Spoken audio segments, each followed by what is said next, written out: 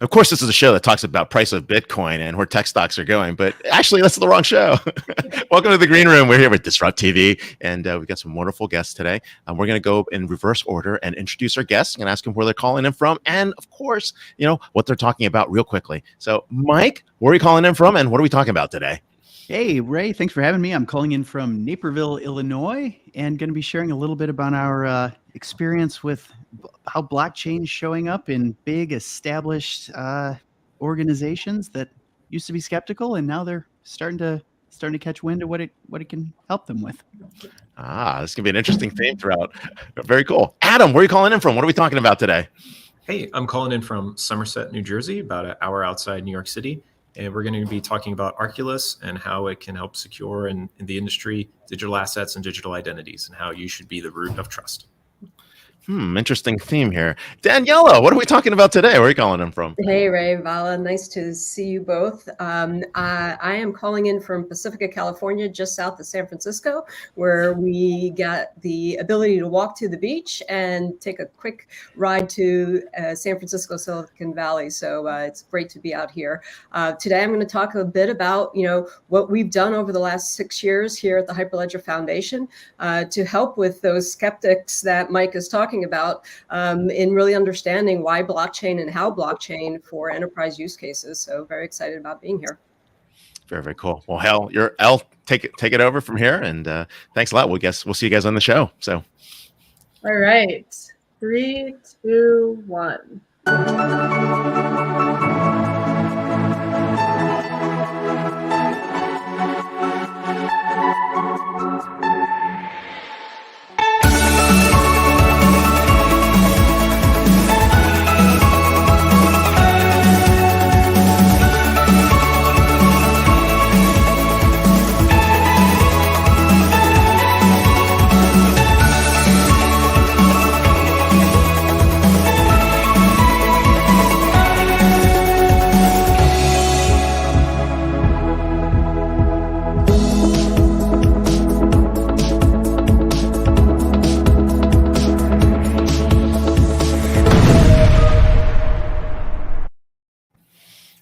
Hello and welcome. Thank you for joining us on DisrupTV. My name is Vala Afshar. I'm the Chief Digital Evangelist at Salesforce and your co-host for the next hour.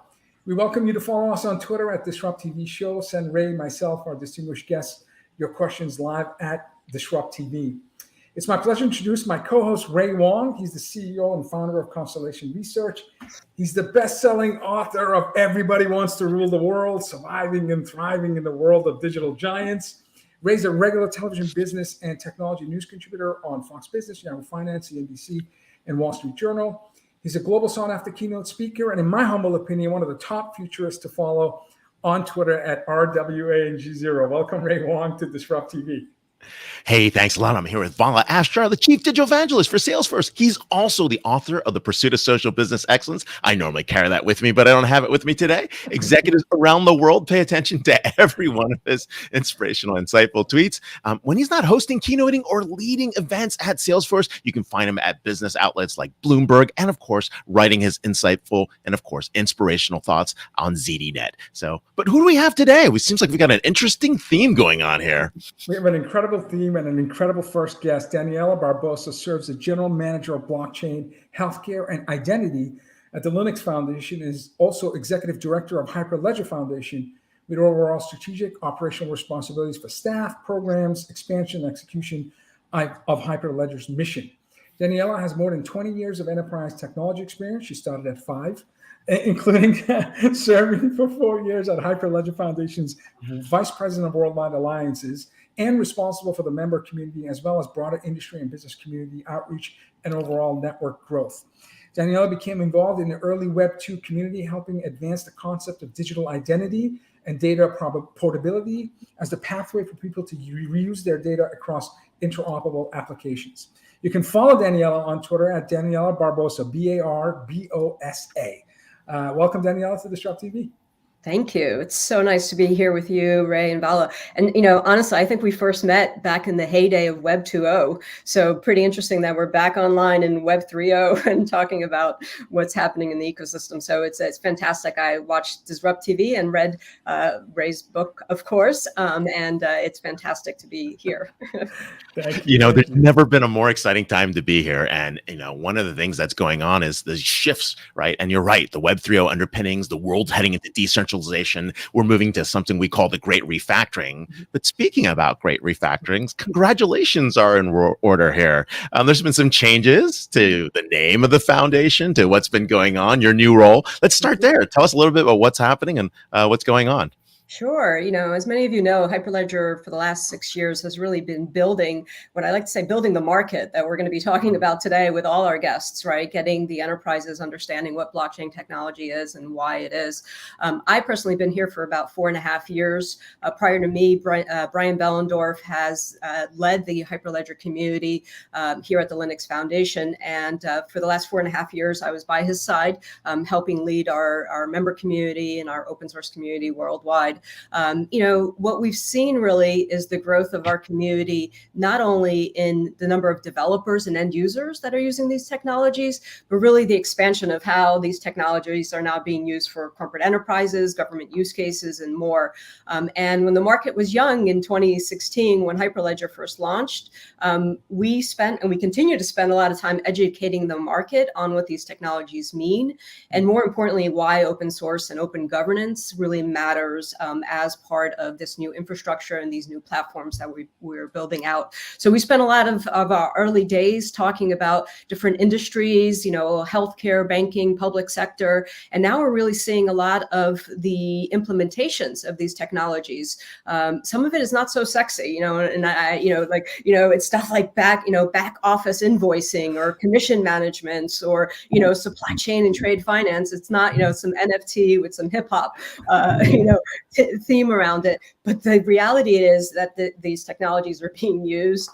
And I believe that, Hyperledger has really had a lot of impact on the industry in what's going on with digital assets, digital identity, and more. So in the last year, we've really been working with our community to understand what is Hyperledger, greater than just one project, greater than just one technology stack, right? What is it that we are? So the Hyperledger Foundation was a way for us to really talk about that shift, or what we see as the conversions as well on what's happening in the blockchain space, in the permission private blockchain space to the permissionless, and how the continuum, right, is very today I say that the on the side of the private permissioned folks are moving to the center, and the public permissions have to move into the center as well. So at the Hyperledger Foundation, we're no longer just about one project. In 2016, it was one major DLT framework,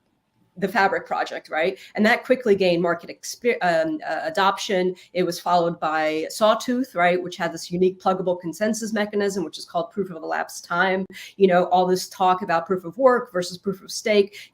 Our community has been working on these things for many, many years, and we have some of the, blockchain experts in the world really innovating and working there.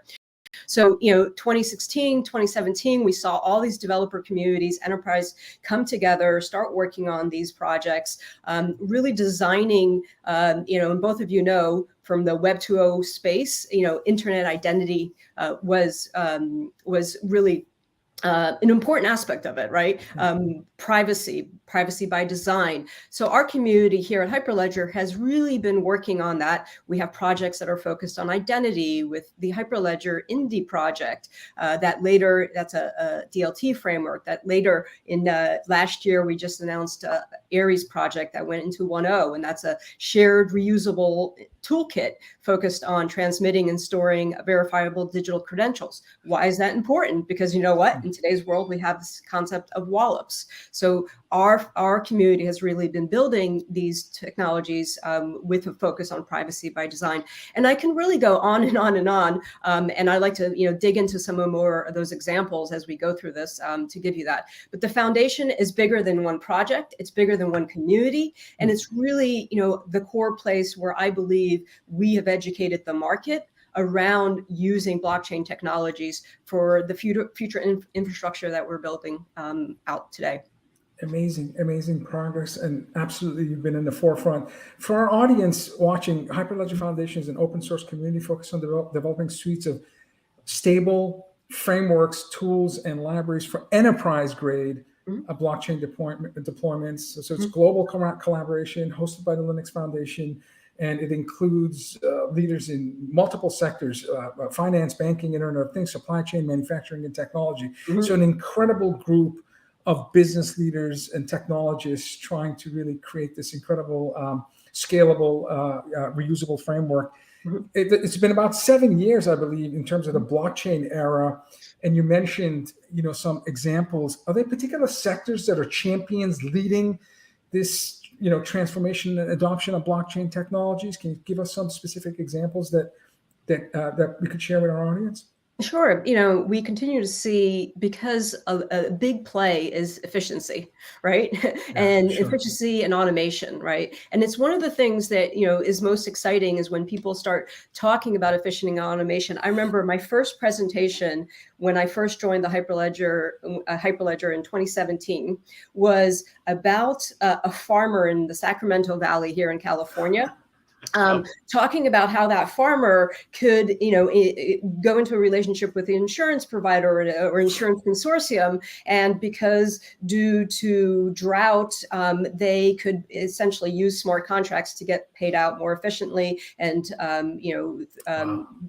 really from a trustless perspective. That was 2017. The drought in California is way worse today in 2022, and some of these things are now actually being built, right? So really creating some of those projects, I think, are important. And here at the Linux Foundation, even beyond the Hyperledger Foundation, we have other projects that, as general manager for blockchain, healthcare, and identity, I also look after, that are really focused on those use cases. So, for example, there is a new project we launched last year called OpenIDL, which is an insurance regulatory data framework network. So it's an actual network for insurance carriers, and we have some of the biggest insurance carriers in North America already working on this project, including the Hartford and Hanover and Travelers, alongside with the state regulators, the state regulator commissioners, the state of Virginia, the state of Mississippi, the state of North Carolina, on regulatory reporting in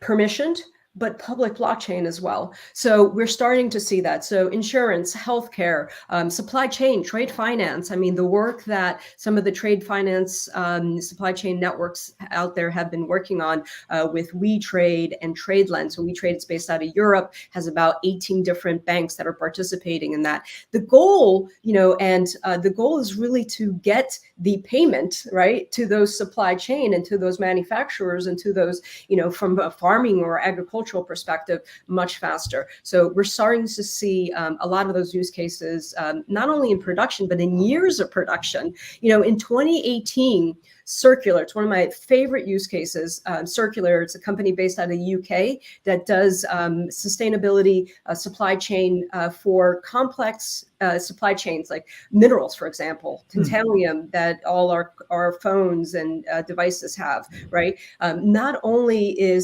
do people need to see how that's sustainable, and there's regulatory requirements to mine those minerals from a sustainability perspective. That's all being tracked using blockchain, and in Circular's case with Hyperledger Fabric as well. And the social impact of those things, right? Because if you think about mining in certain markets, there are slaves, and people always get like, oh, don't say the word slave. The bottom line is, in those regions, there are slaves mining those minerals for us. So how can we, from a social impact perspective, use blockchain for that use as well? So lots of great stories that we've seen. And, on our website, I'll plug it, at the hyperledger.org website, there's case studies of it. And one of the things I promise after today's Disrupt show is I will put some really fantastic links out on my LinkedIn profile. So go look at it. I'll put it on Twitter, because it's amazing. It's amazing the work that our community here at the foundation has been doing. Daniel, just a quick follow-up, and without getting into the specific politics of it, given the instabilities that are happening in the East right now, and you're talking about agriculture and payments and farmers, do you think what's happening right now will actually massively turbocharge adoption of blockchain because of the need to be able to make sure that, individuals are properly paid on time for their efforts and work? It's all incremental gains, right? So 2 years ago, in March of 2020, actually, was the last time our Hyperledger community got together in person in Phoenix. What happened the week after March 4th, actually 1 year ago Shut today? down. Yeah. We all, right? And we all said, hey, you know what? We have technology that can help with a lot of this, with the testing, with the notifications, COVID notifications, Sure. with the verifications and vaccines. And you know what? A lot of work that's being done specifically on digital identity and privacy preserving methods to do that has accelerated because of those requirements that the market has.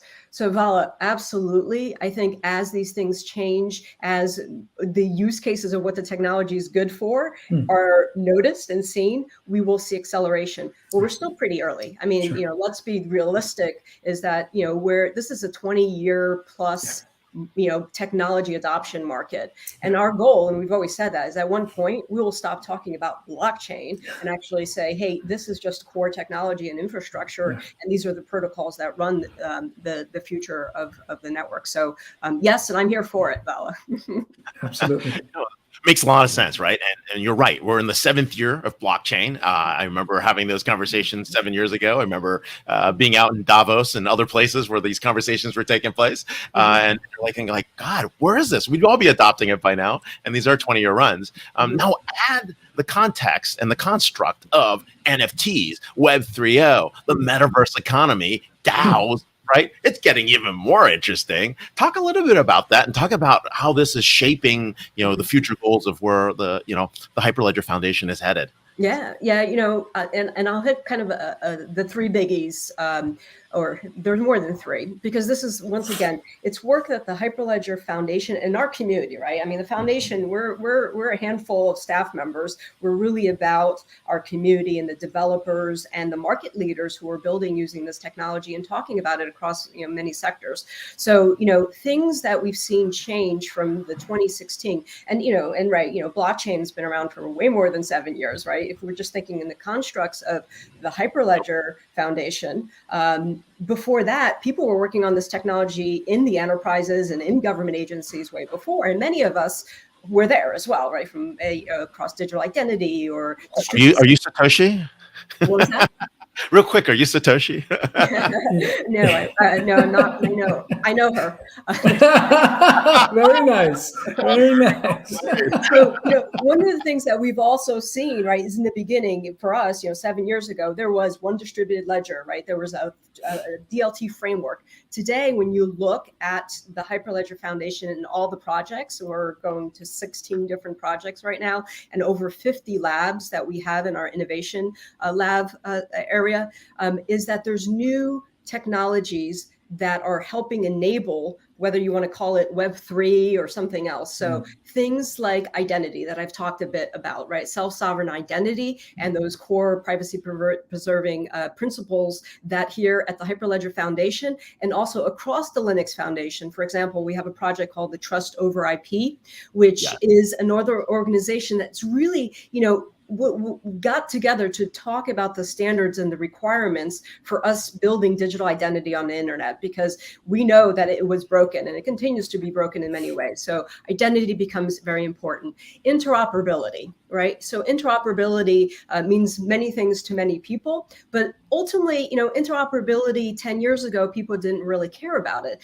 Many people, and you probably, Ray and Vala talked to many of them in the enterprise, thought there was going to be one blockchain to rule them all, right? We all told them there's not going to be one blockchain to rule them all. Maybe I didn't want 1,000 of them, but here we are. But interoperability becomes really important. So here we've developed, and actually 2 years ago to this date in 2020, I remember being in a conversation with some of our community members talking about what interoperability across blockchains is needed. So when you go across DLT platforms that are widely adopted in the enterprise, whether it's Hyperledger Fabric or R3 Corda, and these networks need to actually interoperate and talk. So we have a project called Hyperledger Cactus that is looking at not only the permission mentioned DLT elements that are required across networks, but also into public blockchains. So supporting things like Cosmos and Polkadot and Hedera. How do we go ahead and actually have these networks become the networks of networks that we've been talking about for 7 years?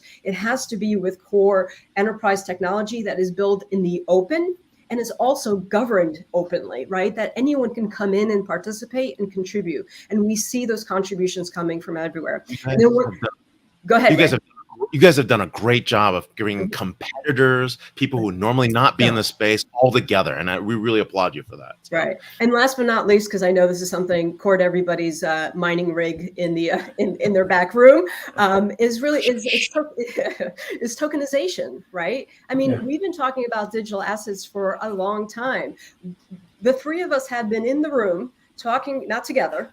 Maybe together, not together, maybe, talking to those executives at those banks and those financial services for many years who would poo-poo us. And that's a technical term, right? And they would be like, no, digital assets is not going to work. And it's funny. And I feel here at Hyperledger and Brian Bellendorf, myself, the rest of our leaders in our community have really been educating the market. So now when folks come on your show and when, they're on a big stage talking about, how digital assets is going to transform payments and cross-border payment, and on and on and on, we know that we've had an influence on that.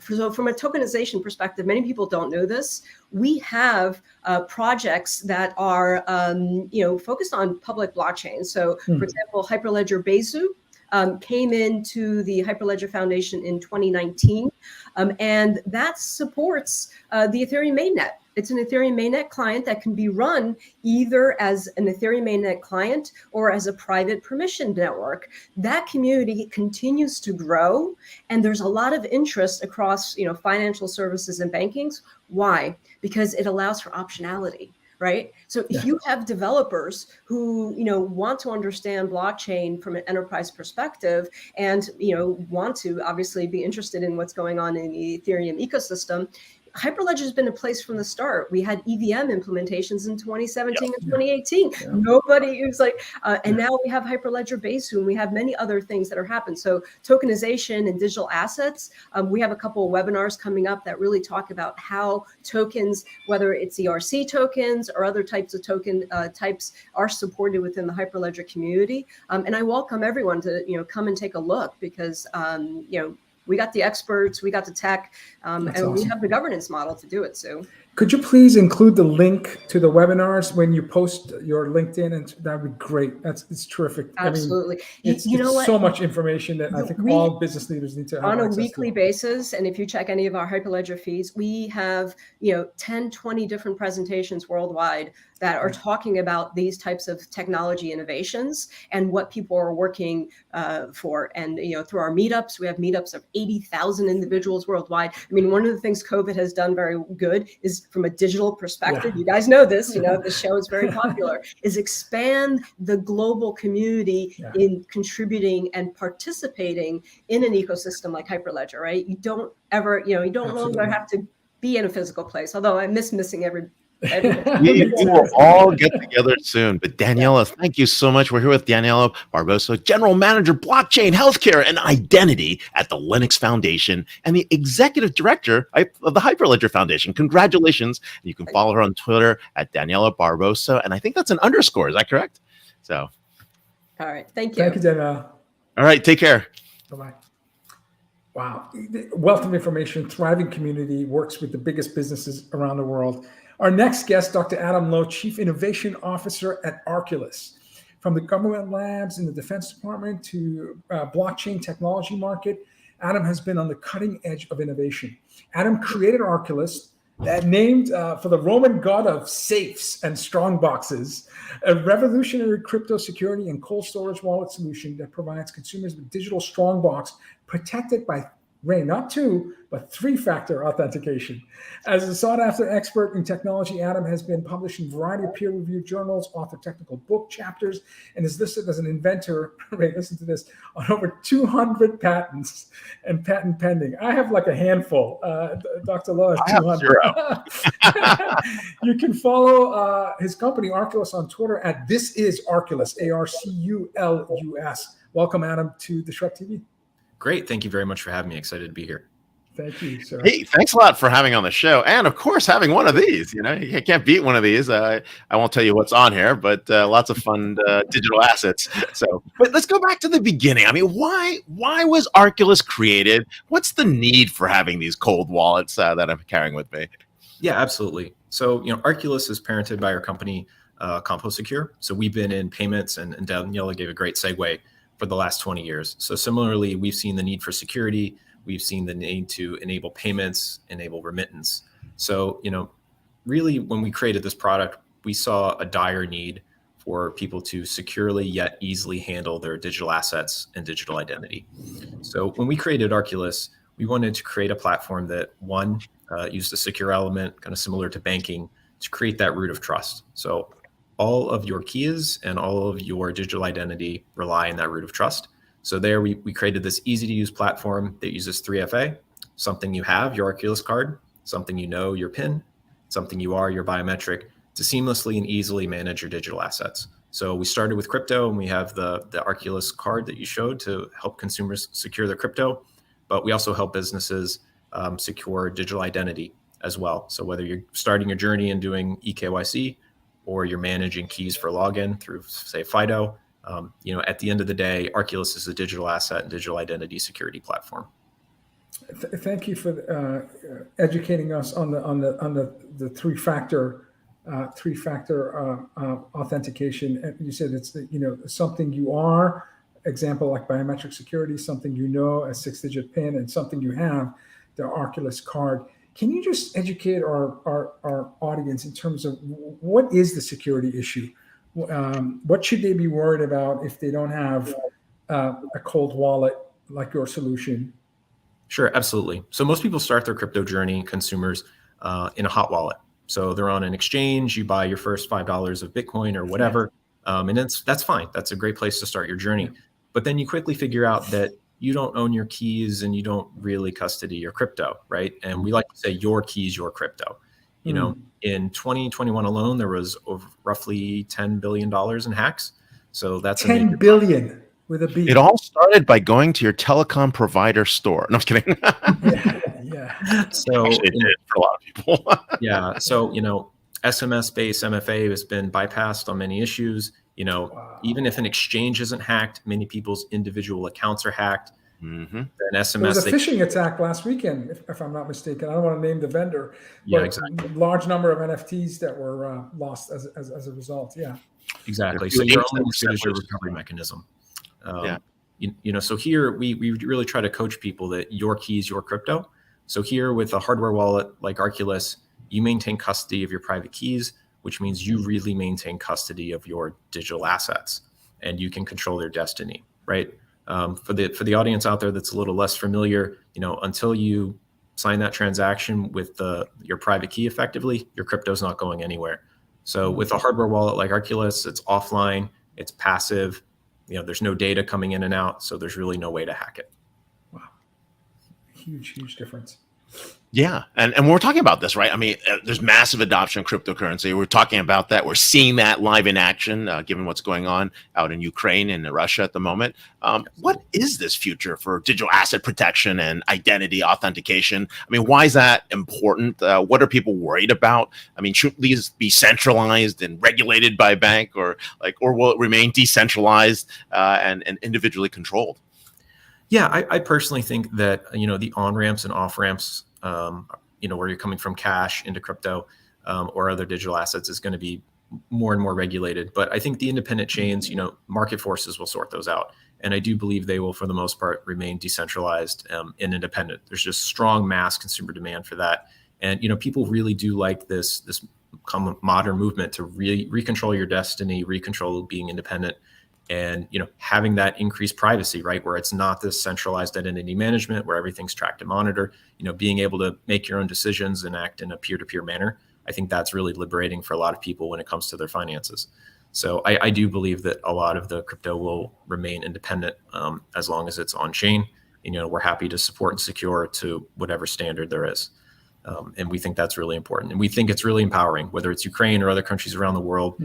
Crypto has acted as an immense power to remittance and getting your digital assets where you want it to be.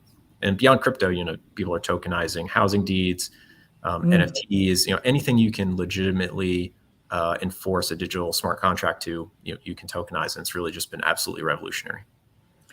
The speed, and $100 million NFT market in 2020 and a $25 billion NFT market in 2021. You see 2 orders of magnitude growth.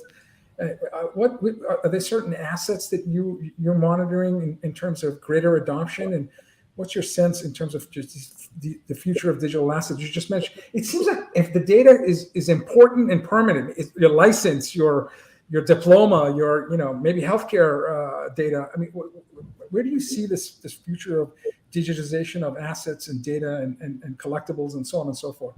Yeah, where I see it going is that just like you trust physical locks to your home in a padlock or deadbolt, you should trust digital keys to control your digital identity and assets. So what I see is if you think about a journey, let's say I have government issued driver's license, passports, et cetera, that's secured through a proper KYC and then trustlessly passed to others, right? It's signed with a unique digital signature without actually passing the raw document, which is what you kind of have to do today. And to Daniela's point, we're developing all of the protocols to do that in a interoperable and seamless way, and that's absolutely fantastic. So if you think about what's the future look like, the future looks like interoperably passing those digital assets and digital identities in a secure key-based way. And hardware wallets like Arculus can allow you to do that securely, both on the ID side as well as a digital asset side. And I think in the future, we really will have those documents secured and controlled in a publicly viewable yet permissioned way with your identity. And it's a really efficient and amazing future that we have with the blockchain. I have no doubt that that's an accurate forecast of the future, given the conversations I have with various business leaders across various industries. Go ahead, Ray. Yeah, and if you think about what's going on, I mean, I talk to folks that are under the age of 25. Everybody has a digital natives. Yeah. They got NFTs. They've got digital assets. Some people have apes. I don't know how they got in early on that, but it's more than that, right? I mean, it's going to be like trust, your ID, your diploma, your certificates. It's all going to sit there, and I think it's going to be one of the most important areas of really how you manage those digital assets at an individual level. But are we at mainstream adoption? When do we get to peak adoption? When does that happen? Is that going to be like in 5 years, in 10 years, in 20 years? What's your forecast on that? Yeah, I think Main Street adoption is really, as many people say, it's really regulatory driven.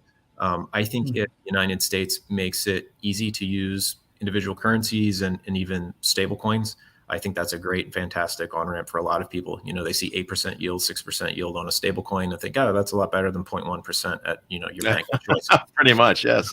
I really think that, even my parents have some crypto now, and I never thought that would happen.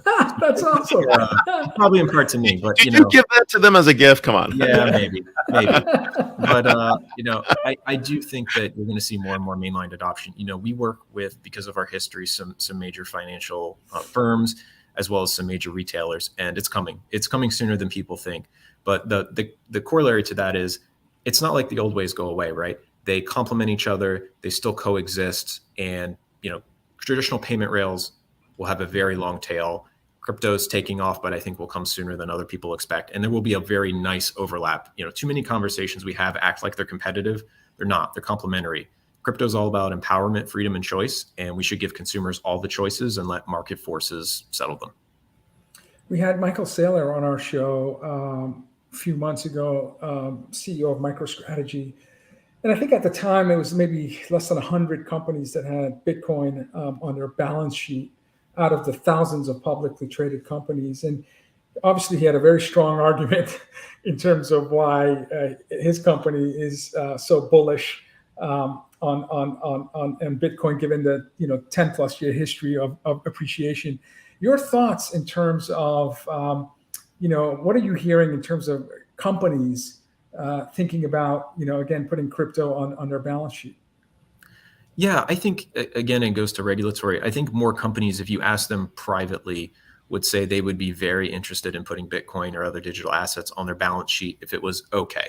If someone could definitively say you're not going to get dinged by regulators X, Y, and Z, they would happily diversify their balance sheet with some crypto.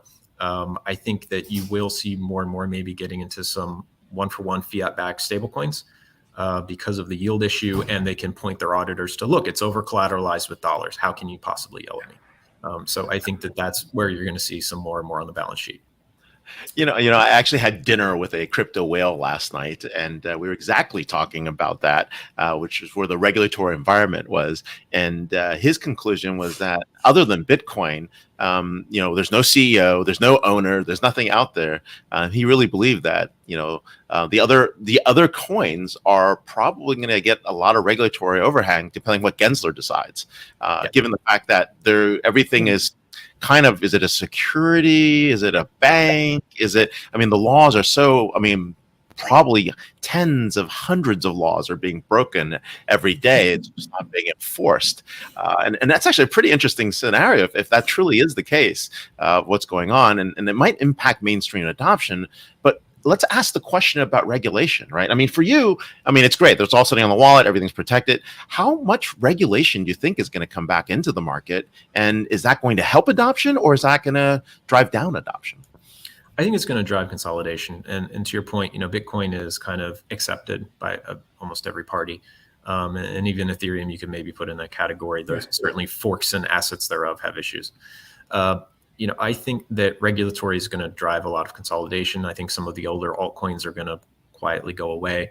I think certain assets will be classified definitively as securities due to private placement, the other ways they were initially set up, for better or for worse. So I think it's going to impact adoption on and off ramps, and I think it's going to consolidate the industry.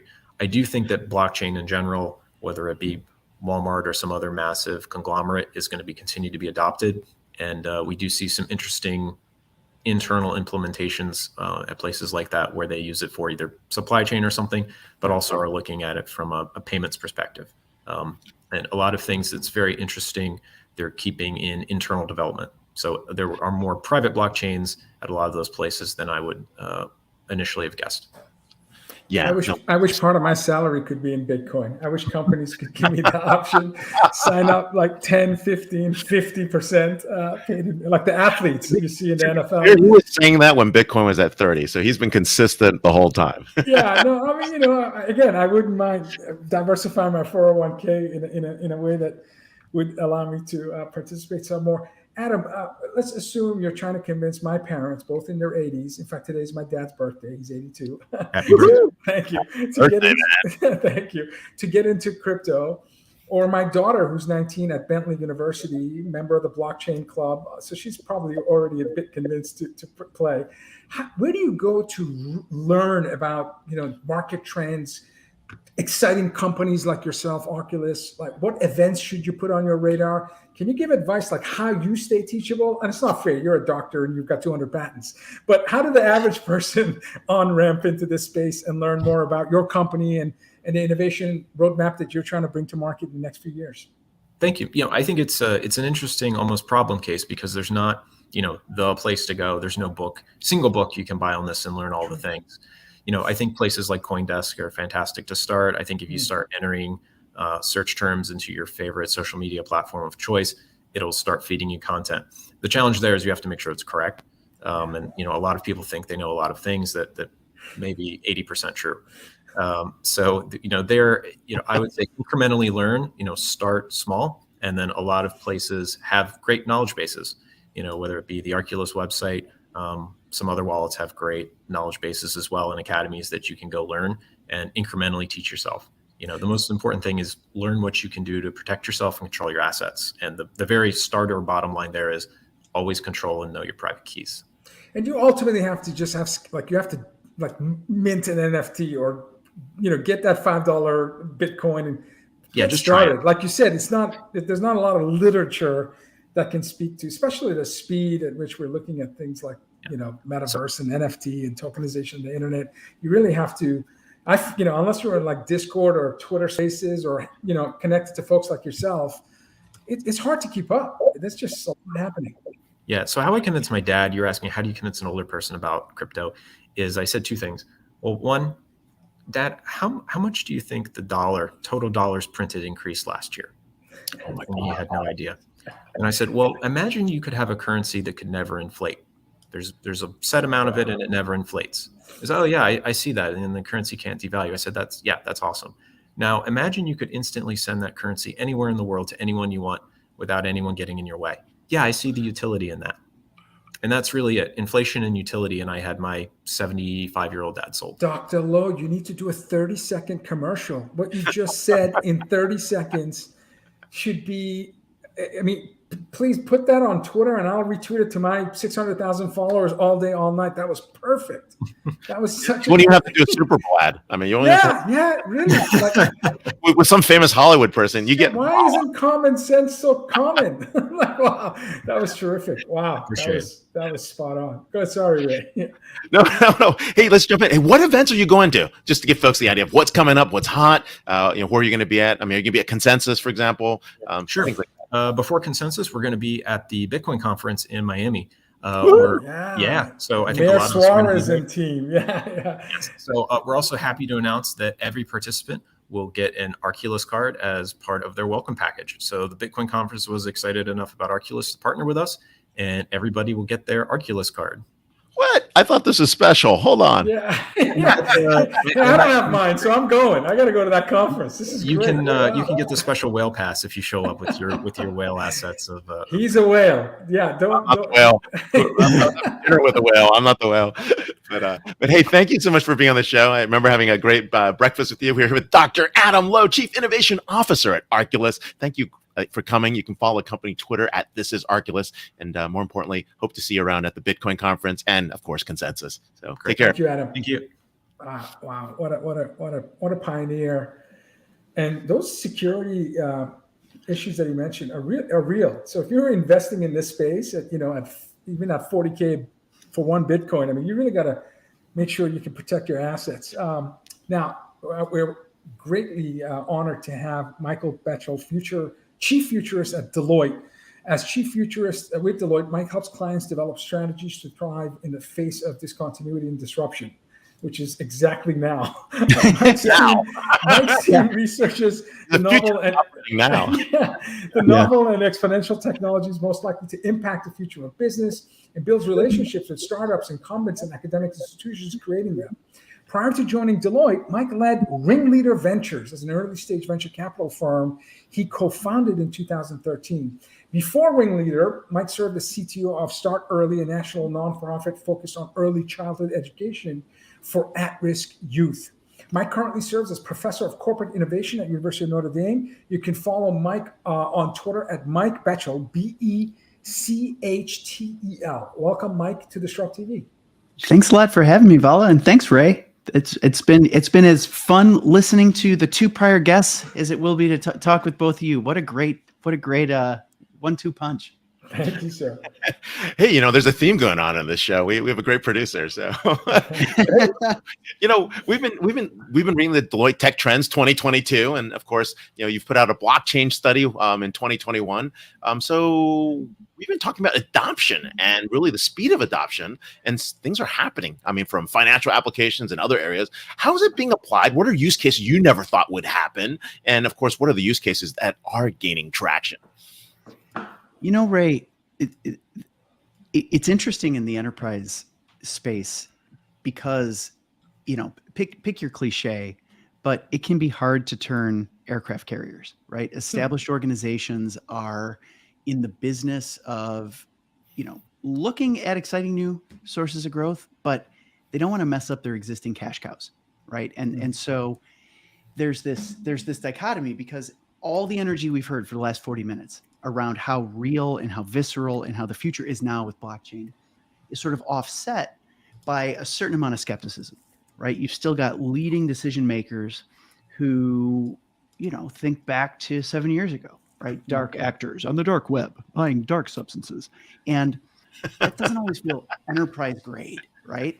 I think it's very easy for a traditional CIO to say, what else you got?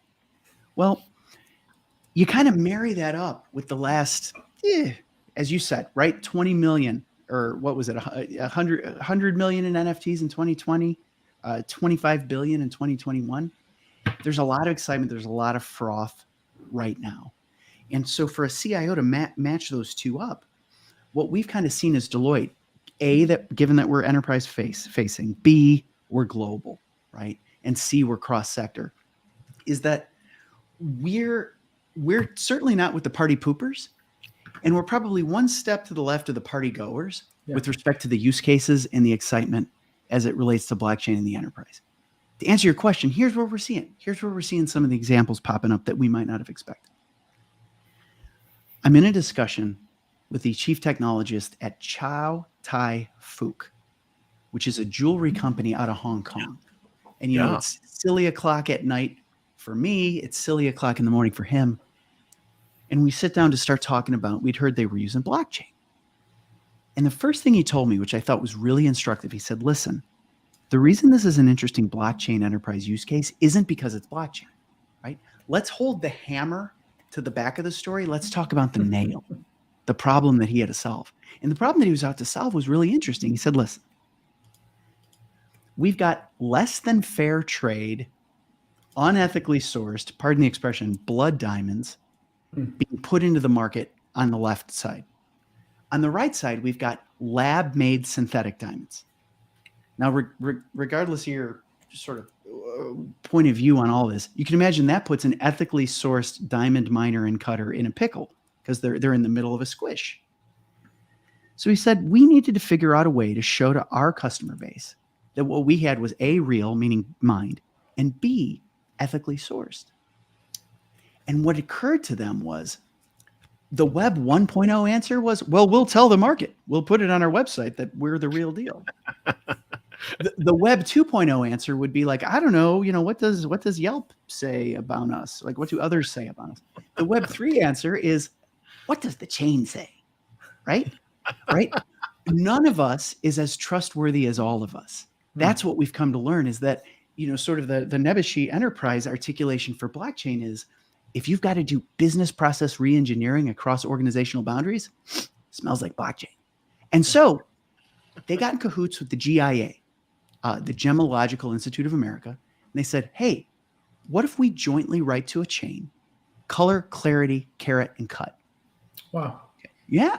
And what was cool was that as the stone comes off the line, they laser engrave a serial. And I said, look, is it numbers or is it a QR code? They're like, there's numbers. But they put the numbers on the stone. And then they write it to a jointly maintained public chain. Why? Wow. Because, and here's the part I love, I get geek goosebumps from this. Your son or daughter could ask the strip mauler in 2042, what's that stone? But your great-great-grandson, right? Do they want to trust the 22nd century version of a strip mall jeweler? No. Ask the chain, right? And suddenly abstractions like the word immutable that like cause the eyes to glaze over and people to hang up. Suddenly you're like, oh no, I get it, right? Much like Adam was talking about, like, hey, dad, inflation proof, utility. Suddenly you're like, hey, grandma, the stone carries the data with it and we can trust the man. But I trusted the guy on 47th Street in Midtown. What do you mean? Oh my God, Diamond Alley. Yeah. Yeah, I mean, I'm not here to besmirch jewelers. I'm just saying, you know, a little bit. That's amazing. That's amazing. I get nerd goosebumps when I read your Deloitte Trends report for 2022. Because, you know, first of all, it's all encompassing. Data sharing made easy was a category. Cloud goes viral as a cloud company. I love that. Yeah. Blockchain ready for business. IT disrupting itself with hyper automation at scale. Yeah. Cyber AI, talk about top of mind right now as we speak, based on global events. How cyber AI is real defense, and the tech stack goes physical. So you've got all these dimensions of trends with real momentum in business, including blockchain. But then you follow up with a field note of the future where you introduce us to quantum computing, exponential intelligence, and ambient computing. Ray's favorite word, ambient. And I sit there as a technologist working at one of the most innovative companies in the world. Sorry about the humble brag. And I earned it. You're good. I think, how do enterprise leaders, how does a CIO, chief digital, chief information, chief technology, chief experience, how do these line of business leaders read the Deloitte report? Like, where do they start? Because everything you mentioned in the report, in my humble opinion, is absolutely, I would say, must have on your radar. And in many cases, you better actually have it deployed or ready to be deployed. So what advice do you give to line of business leaders who read your report and want to start in a meaningful way? Vala, I tell you, well, first of all, thank you kindly for reading, skimming, validating. It's all much valued. Your field notes was excellent, because some of these things may be only twinkle in business eye, but very quickly. In fact, it's funny. One of them actually spoke about the eye and the importance of eye. So I said, no pun intended, when I said twinkle in the eye, with like smart contact lenses, Ray, as an example. But sorry, I didn't mean to interrupt. No, Vala. No, hey, listen. Now it's like recursive geek goosebumps all the way down. But here's the thing, brother. When you're in the business of studying newfangledness for 25 years, you start to see trends within the trends. Right. Sure. You see patterns within patterns. And, as a futurist, right. And Ray, I'm sure you see this as well in your work, beware the people who predict a single future, because like Babe Ruth calling a shot, if it happens, you're a hero, but eventually you're wrong. And then you're a zero. Yeah. And so we're in the business of projecting multiple futures. And that is to say, it's less about the game of gotcha. It's more about illustrating the art of the plausible, the possible, the probable, right? Now, that said, to answer your question, where do we start and where do we recommend our clients start? One of the most overused tropes in our line of work, right? Good old William Gibson, 1980-something neuromancer. The futures here, unevenly distributed. Futures here, it's unevenly distributed. Here's why that matters. When I sit down with any given client, I can see them playing that game of bingo with our tech trends work, saying, we've got this one. Oh my gosh, we're behind on this one. And it's not about above the water, below the water. It's about, are you trending in the right direction? And so for us, we don't see a lot of this, even gasp. And I don't want to ruin the mojo from today's, discussion on blockchain, but we don't often see revolutions. We tend to, with the 13-year lens, you tend to see evolution. Sure. And so, for example, if there are people, watching this show that are just, man, I gotta get on that Web3 train. I gotta get on that NFT train. What a FOMO. Like my Twitter feed, all these VCs, all this capital going thrown at the tokenization of internet, and if you're not in the game, you're reading this thinking, my goodness, I'm completely missing out on this reinvention of the web. And and Vala, FOMO does not business strategy make, because FOMO led to pets.com, right?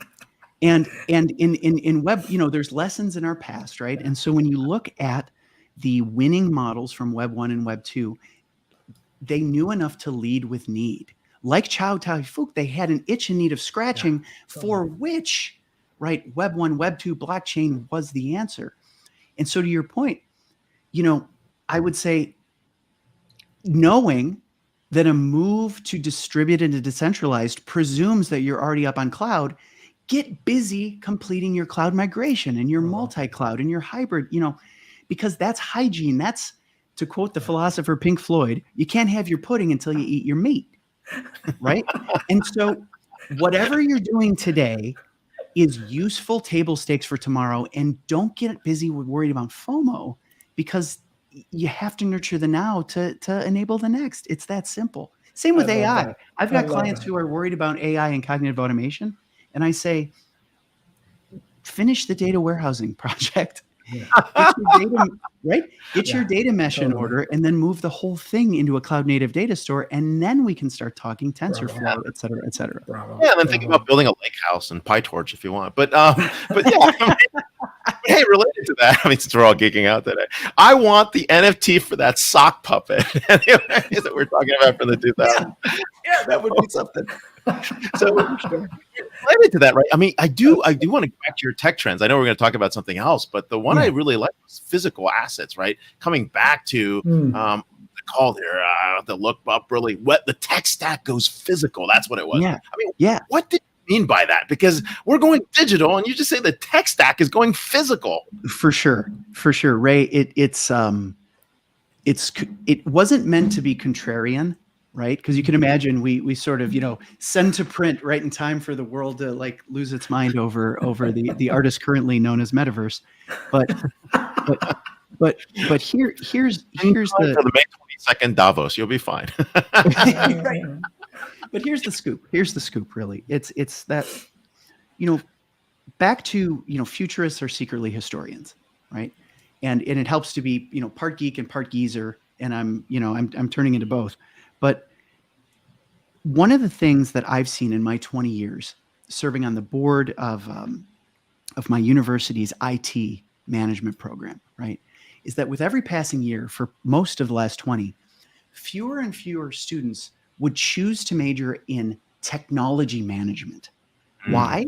Because they were subtly or explicitly told, a lot of that's going to be outsourced, maybe offshored, but data, pixels, bits, data. It's as though the I in IT got bigger and bigger and bigger, and the T got littler and littler and littler. What we're starting to see, and this gets even geekier, but you bear with me, fellas. As screens, right? As the computing modality has moved from something this size to something this size to something this size. Wow. The one thing we know won't happen is an even littler rectangle, right?